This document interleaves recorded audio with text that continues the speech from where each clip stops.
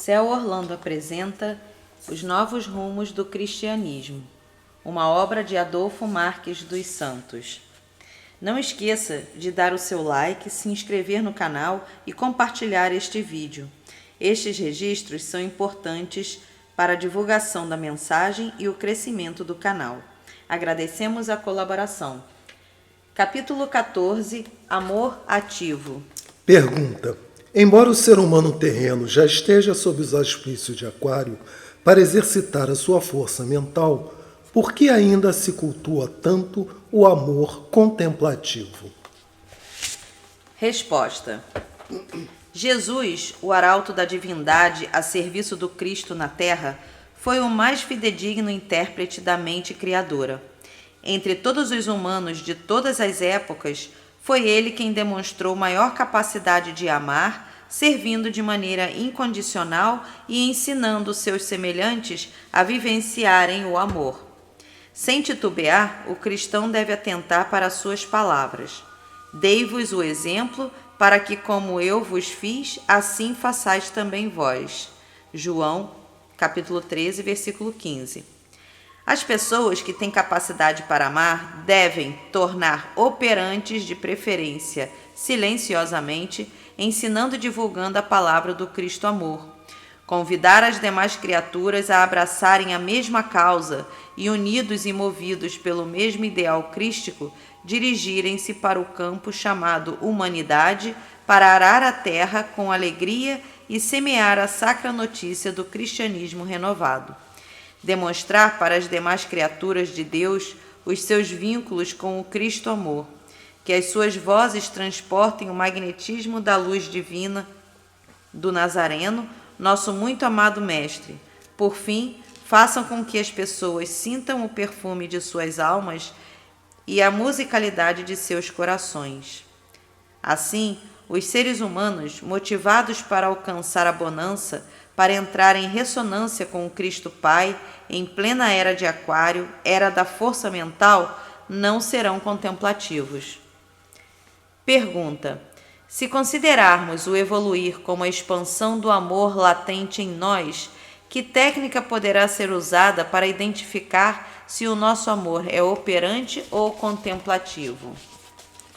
Resposta: tendo em vista que já temos evolução suficiente para assumir a nossa maioridade espiritual, o ideal é que cada qual se autoanalisar, refletir sobre o seu cotidiano sem aguardar reconhecimento externo. Reflitamos sobre algumas constantes universais para saber se o nosso amor é verdadeiramente operante ou contemplativo. Quanto mais a pessoa aumenta o seu tempo emocional, motivada com a aquisição de conhecimentos transcendentes, mas vibra em frequência progressivamente elevadas, razão pela qual vai se libertando do plano material. A elevação da frequência tem como consequência a alma vislumbrar mais luz, mais verdade, mais Deus, e sentir-se integrada à orquestração divina na condição de membro operante e importante no concerto harmônico do universo. A criatura, ao conceber que é parte inseparável do Criador, não consegue mais cruzar os braços contemplando as obras alheias, pois lhe surge naturalmente a força impulsionadora da vida e, jubilosa, ela transforma a sua existência em hino de louvor à vida, tornando-se útil ao autor da vida, a Deus, dando a sua contribuição à sociedade. A partir do estágio evolutivo em que se reconhece o sentido sagrado da vida, surge na alma a irrestrita gratidão. A pessoa passa a agradecer por tudo que fizer parte de sua encarnação, em todos os sentidos, até mesmo dores e sofrimentos. Diante das situações mais adversas, por exemplo, ela não perde a vibração de sua harmonia interior, por reconhecer a perfeição das leis do Supremo Legislador, Deus. Sendo a gratidão um sentimento de elevada magnitude da alma, como consequência, advém ao praticante dessa sagrada atitude efeitos salutares ao seu organismo. A gratidão produz elementos químicos de alto significado psicoterapêutico, para se viver com alegria e motivação íntima. Logicamente, ser simpático, festivo, afetuoso, alegre, etc. É sabedoria que mantém a saúde psíquica, ao qual gera a emocional e a corpórea. Somos conhecedores de que a moral cristã é amar a Deus sobre todas as coisas. E por sabermos que o amor incondicional não tem ponto final na trajetória evolutiva do espírito eterno, a nossa capacidade de amar é progressiva. Assim, por ser eterna a evolução, o espírito, ao graduar-se à plenitude do amor, termina o seu deslocamento, obedecendo ao tempo e ao espaço. Ele passa a expandir eternamente a sua consciência, tornando-se, por evolução, onipresente em relação a um corpo celeste, um sistema de corpos, uma constelação, uma galáxia, etc., graduando-se por mérito a um espírito universal na condição de um Cristo cósmico, que assambarca todas as galáxias. Como a evolução não tem ponto final, os Cristos cósmicos também continuam evoluindo, pois só Deus é a perfeição absoluta. À medida que a moral se expande na consciência do ser humano, a ética assume a dianteira na condução de sua vida relacional, a princípio restrita a pequenos grupos, para expandir seu conjunto planetário, galáctico e universal, de onde se percebe que é amando a Deus sobre todas as coisas que se adquire condição para amar ao próximo como a si mesmo. Fica evidente, assim, que, de maneira lógica, os seres humanos que integram os 4 pilares da sociedade compreenderão quanto à necessidade de colocar a crítica mensagem do sublime anjo planetário Jesus de Nazaré na pauta da vida. Pergunta: pelo exposto, fica claro que, quanto mais se ama, tem-se mais ação em benefício próprio e aspira-se a servir a coletividade de maneira incondicional. De que forma a pessoa deve trabalhar-se para desenvolver as suas potencialidades latentes? Resposta: na era de Peixes, o espírito terreno foi oportunizado a desenvolver a sua capacidade de amar, cada qual dentro de seus limites. Logicamente, em Aquário, principalmente nos primeiros séculos, irá consolidando o amor que despertou em si nas vivências crísticas e foi abrindo expectativas para trazer à tona a sua força mental, a sua força superior, a força da fagulha de Deus latente nele. Com os nobres sentimentos mais aflorados, de maneira natural, o ser humano viverá melhor consigo e conviverá com as diferenças de forma mais harmônica e mais evangélica.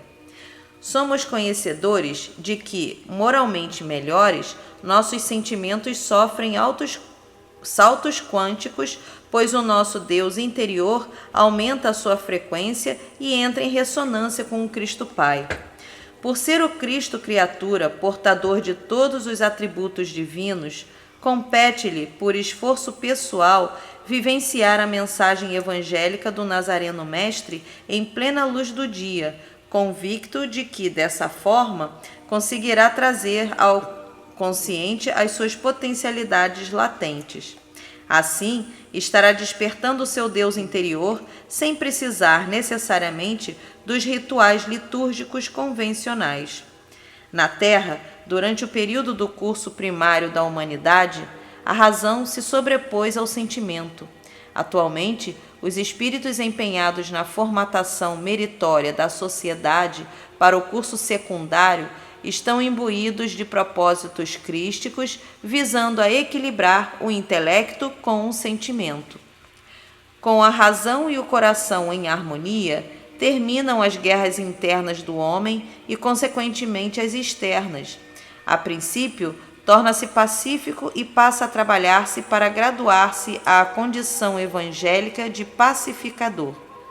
A mensagem crística do Nazareno Mestre desempenha o sagrado papel de trazer à tona as virtudes do ser humano, seja ele da procedência que for, pois o Evangelho é a síntese da lei de Deus e esta, como se sabe, regula o homem essencial, independentemente de sua condição existencial. Às criaturas espiritualmente mais evoluídas, cabe a sacra tarefa de iluminar consciências, ensinando-lhes a sagrada arte de viver neste crístico e crítico momento de transição planetária. A forma mais objetiva em que o ser humano deve trabalhar-se para desenvolver as suas potencialidades latentes é amar. A nossa atual evolução espiritual já nos permite conceber que quanto mais se ama, tem-se mais ação, visando ao próprio polimento espiritual e aspirando a servir à coletividade de maneira incondicional. É evidente que o amor contemplativo não terá nutrientes para alimentar a sociedade na era do mentalismo. O momento requer que aremos e adubemos o planeta Terra para um novo plantio adequado aos espíritos na fase de regeneração e progresso. Em seguida, que reguemos a nossa semeadura com a água evangélica de nossa cascata íntima e a aqueçamos com o sol do nosso eu crístico, convictos de que o Cristo Pai faz parte inconteste de nossas ações nobilitantes. Neste sagrado momento em que o nosso mundo encontra-se atravessando a constelação das Pleiades, ajoelhemo-nos no genuflexório chamado planeta Terra e oremos ao Cristo, Senhor nosso e Irmão maior. Invoquemos os espíritos superiores que habitam as luminosas regiões do universo estelar e silenciosamente ouçamos as músicas celestiais orquestradas pelo Maestro Divino Jesus de Nazaré, a fim de termos força e energia para contribuir com a implantação do cristianismo renovado na consciência dos humanos terráqueos. Pergunta: é possível caracterizar a postura da sociedade quando ela assumir a sua maioridade espiritual? Resposta: a Terra, durante o período de expurgo apocalíptico, nessa fase de transição planetária, está recebendo uma cota extra de energias canalizada pelas superconsciências, visando, sobretudo, a manter a psicosfera em condições sustentáveis, para que o mal não se sobreponha ao bem. Daí a necessidade crítica de o homem orar e vigiar, evitando que aquele já classificado para o curso secundário terreno, mas ainda um pouco oscilantes, não titubeiem, pois o momento é divinamente crístico e incontestavelmente crítico. Não vacilar é o nosso mistério. A sociedade, assumindo a maioridade espiritual, sem menosprezar a razão, naturalmente dará mais vazão ao sentimento superior, já que este, até agora, não fez parte da maioria da humanidade. Graduado ao curso secundário, com mais facilidade, assimilará os ensinamentos evangélicos lecionados por Jesus, o pedagogo sideral, a serviço do Cristo Pai na Terra. Vejamos.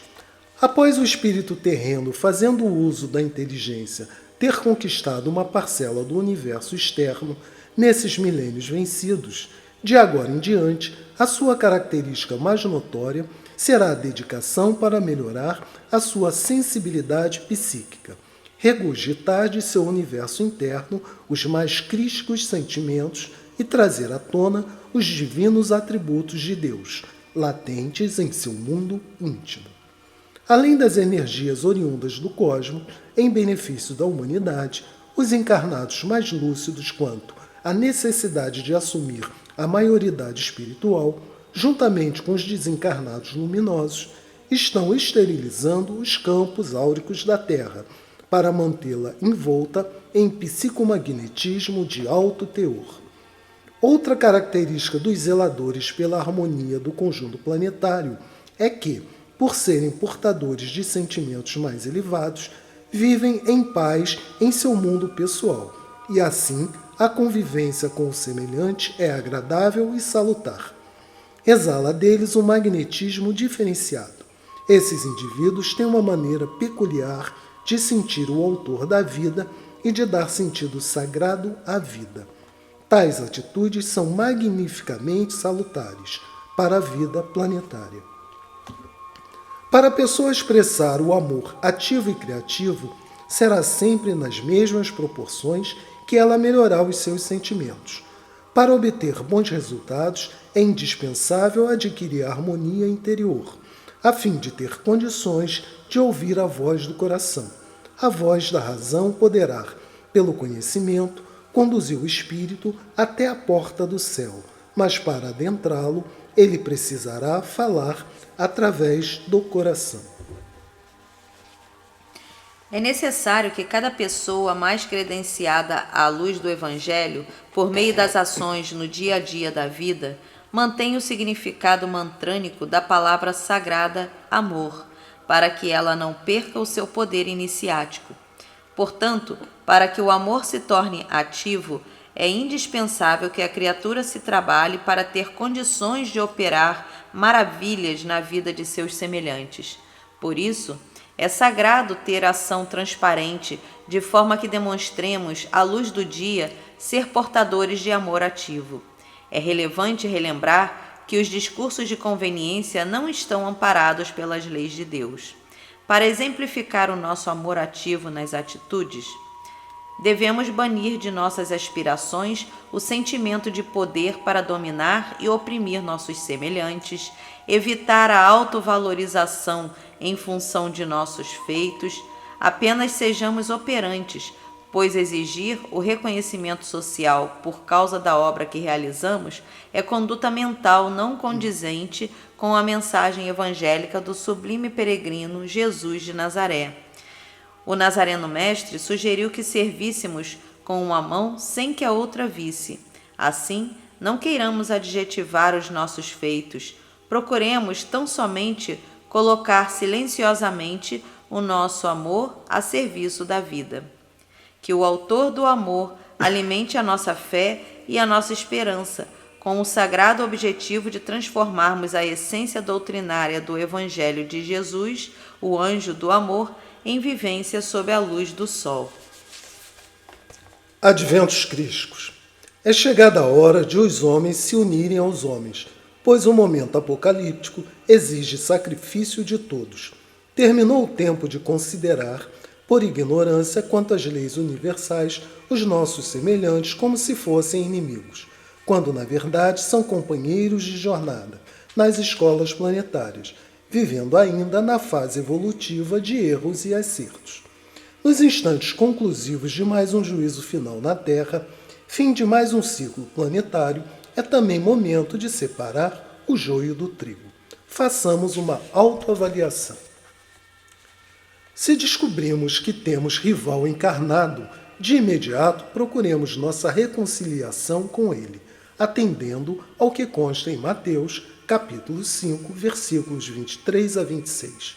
Se estás, portanto, para fazer a tua oferta diante do altar e te lembrares de que teu irmão tem alguma coisa contra ti, deixa lá a tua oferta diante do altar e vai primeiro reconciliar-te com teu irmão.